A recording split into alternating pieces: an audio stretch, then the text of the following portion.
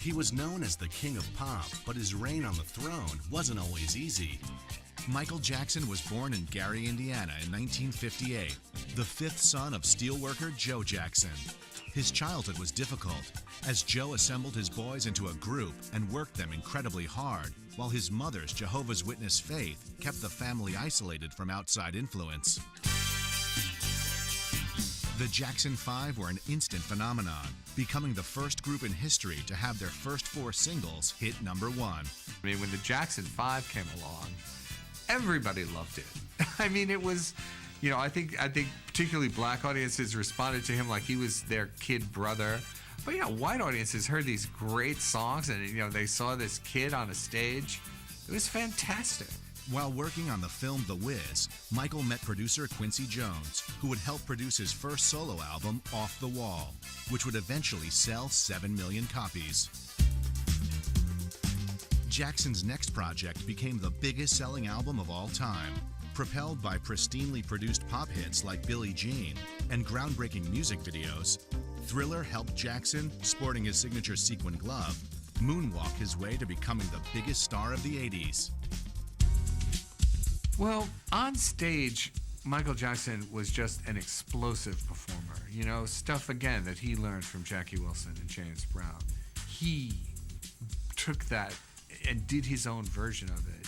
Thriller changed the industry, spending 2+ years on the charts, spawning an unheard of 7 top 10 singles. He kind of created the modern day music video. I mean, with Thriller, that was like a movie.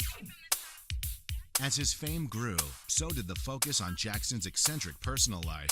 Stories of plastic surgeries, his friendship with a chimp named Bubbles, and his attempts to buy the Elephant Man's skeleton earned the star the unwanted moniker Wacko Jacko in the press. Thriller had raised the bar to such unrealistic levels that despite containing 5 #1 singles, disappointment surrounded his next album, Bad.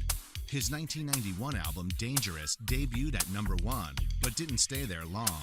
In a musical landscape dominated by grunge, the King of Pop began to seem less and less relevant. Jackson often likened himself to a real-life version of Peter Pan, even naming his California estate Neverland. The star always enjoyed spending time with children, but in 1993, a 13-year-old boy accused the star of molesting him. Though no proof ever surfaced, Jackson settled with the boy for $20 million. In an odd attempt to restore his image, he shocked the public in 1994 by marrying Lisa Marie Presley. Proof that the marriage was a publicity stunt was supplied 9 months later when they divorced. In 1996, he married Debbie Rowe. The two would divorce, but not before she gave birth to 2 children. In 2001, Invincible was a disappointment, making it clear he was now more of a tabloid curiosity than a legitimate musical force. You think about the controversies, you think about the scandals, you think about the accusations, you think about the weird, eccentric behavior.